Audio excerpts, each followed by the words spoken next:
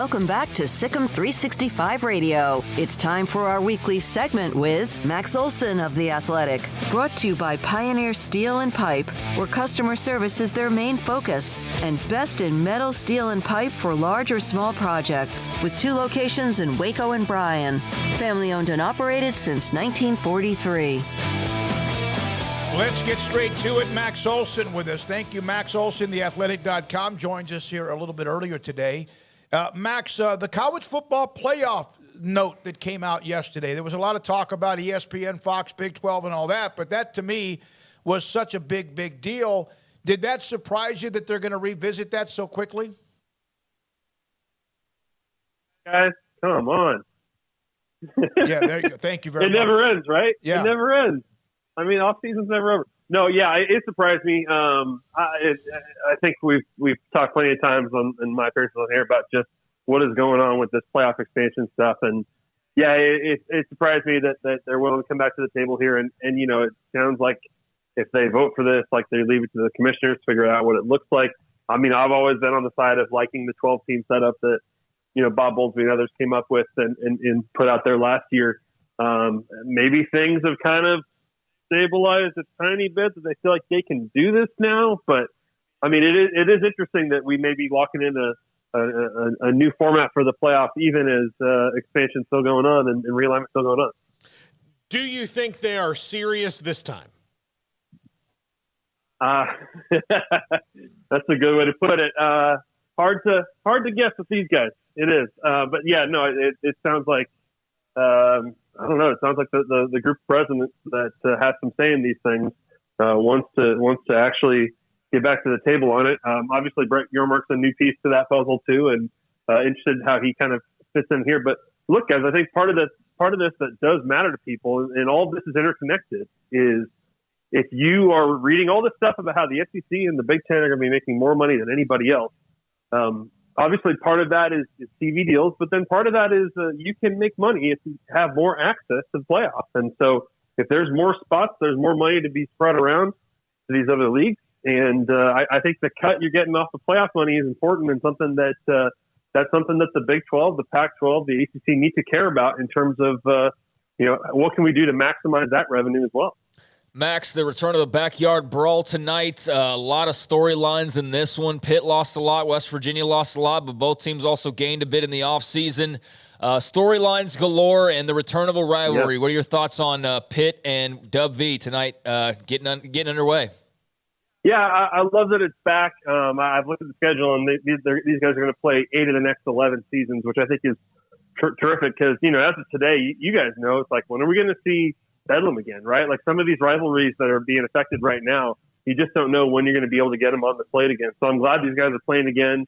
I think it's going to be a close game. I do. It's hard to tell on both sides what these teams are really going to look like because there's just a lot new for Pitt, but there's high expectations for them. And I think West Virginia, they really do feel like, you know, JT Daniels is a guy that can really elevate what they have coming back. And so, you know, I know the expectation at West Virginia is this is a pretty big year. This is a year when they need to kind of take that step and win 7-8 games. And this would be a huge one for them in terms of getting things off on the right foot here. And, you know, it's going to look a little different with Graham Harrell and having Daniel sling it around. But I do think it's going to be a pretty close game.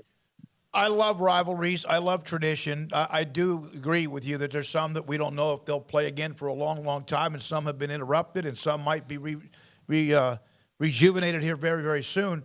What are your thoughts about Oklahoma State? They play Central Michigan tonight, but obviously a great run last year. Not quite as good as they wanted at the end, but a very, very nice run. Your thoughts about how they follow that up? Yeah, you know, it's going to look a little bit different on defense, obviously, with Derek Mason taking it over and just with all of the guys that either went off to the NFL or moved on to other schools. That defense obviously carried them last year and you know, put them in the Big 12 title game and inches away from a Big 12 title. And I think it's a little bit flipped this year. I think Spencer Sanders and the offense needs to carry them this year while they kind of figure out what they've got on defense. The pass rush is going to be terrific, I think, with Colin Oliver and all the guys that they can rotate in there, that they can get after the quarterback. So I don't think the defense is going to be bad necessarily, but I think there's a lot more in Spencer Sanders' play. It's a young group of receivers. They need to find a new guy at running back.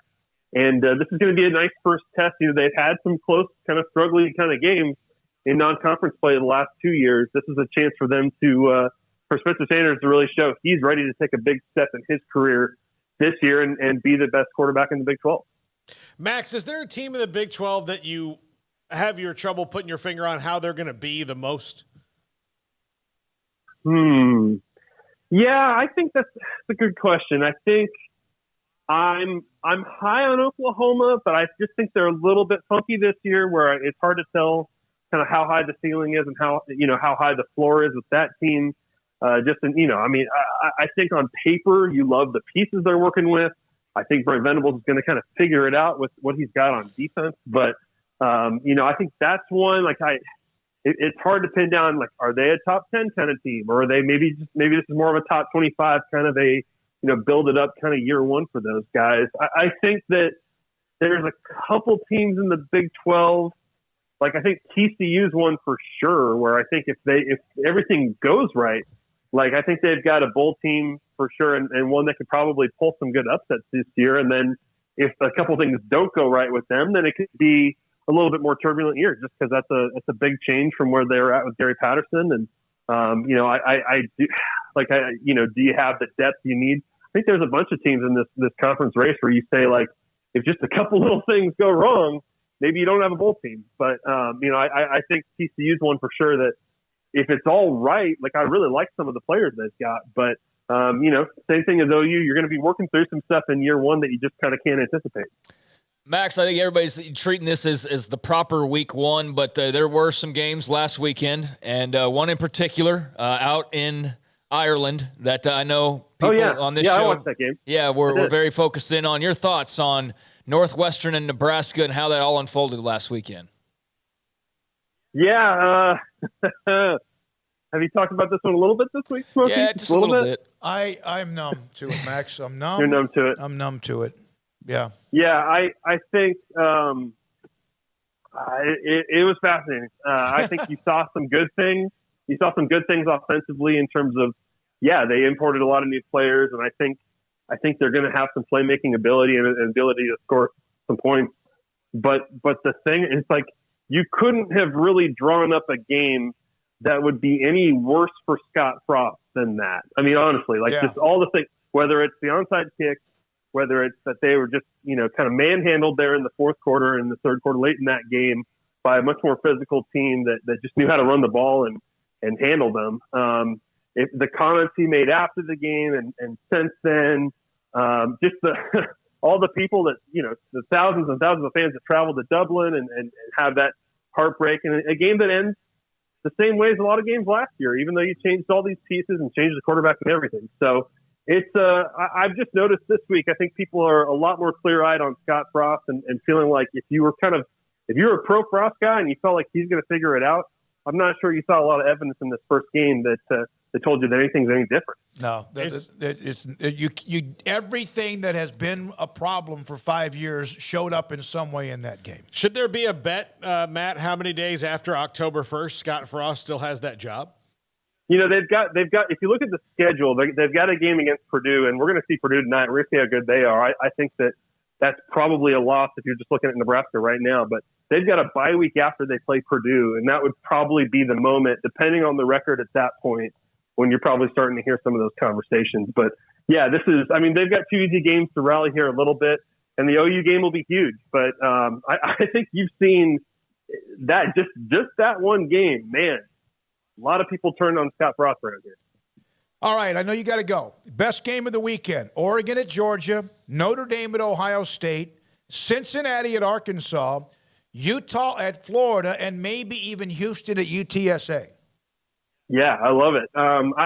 Cincinnati, Arkansas, I'm really excited to see that's such a huge moment for Cincinnati to really prove their legitimacy and prove that they can play with Power 5 programs. So I think that opportunity is great. But yeah, between the Freeman debut and the Knowles debut at Ohio State in that game, that's terrific. And then Oregon's just one of those teams we haven't really talked a lot about this offseason. We don't really know what they're working with other than bringing in Bo Nix and changing the roster a little bit. So can they put up a fight with Georgia at all? Like, it's a pretty good slate. I'm excited for this, and like I said at the start, hopefully the news cycle slows down and lets us, really sink our teeth into this here for the next few weeks. That's what we can't wait for. Thank you, Max. Appreciate your time as always. Thanks, guys.